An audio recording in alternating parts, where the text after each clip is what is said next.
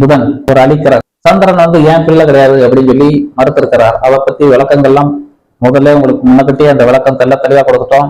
நம்ம சேனலை சப்ஸ்கிரைப் பண்ணி இருக்கிறவங்க அந்த பழைய வீடியோல 25 நம்பர் பிரசன்ட்லாம் உங்களுக்கு ஒரு காமன் நேர வீடியோவா போட்டிருக்கேன். அந்த விஷயங்கள் தெளிவா நீங்க பார்த்துக்கலாம். இந்த பேரு கணவரா இருக்கிறதுனால மனைவியில திட்டு வாங்கி கொண்டே இருக்கணும்.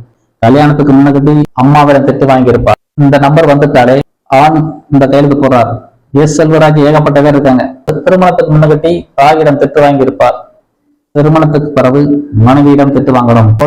பெண் குழந்தையா இருந்தால் பெண் குழந்தையிடம் திட்டு வாங்கணும். இந்த நம்பருடைய தன்மை அந்த நம்பர் கொண்டு போகும்.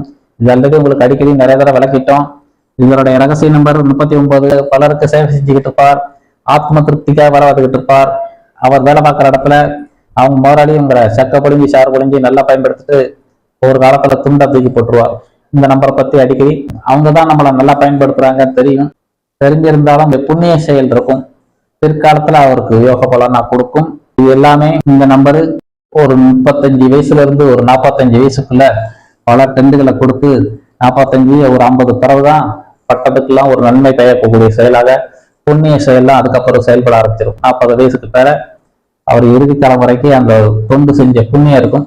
அதனால ஒரு இருந்தாலும் காலத்துக்கு என்ன சரியா அவர் ஓவரா பயன்படுத்திக்கிட்டாருன்னு சொல்லி காலத்துக்கும் புலம்புவார். இப்படி உள்ளவங்களுக்கு எலி பூனை எலி இந்த மாதிரி தன்மையில இருக்கனால நியூட்ரலா தான் எடுத்துக்கணும். சண்டையும் உண்டு சமாதானமும் உண்டு, சண்டையும் உண்டு சமாதானம் உண்டு, அப்படி நிலைமை கொடுக்கும்.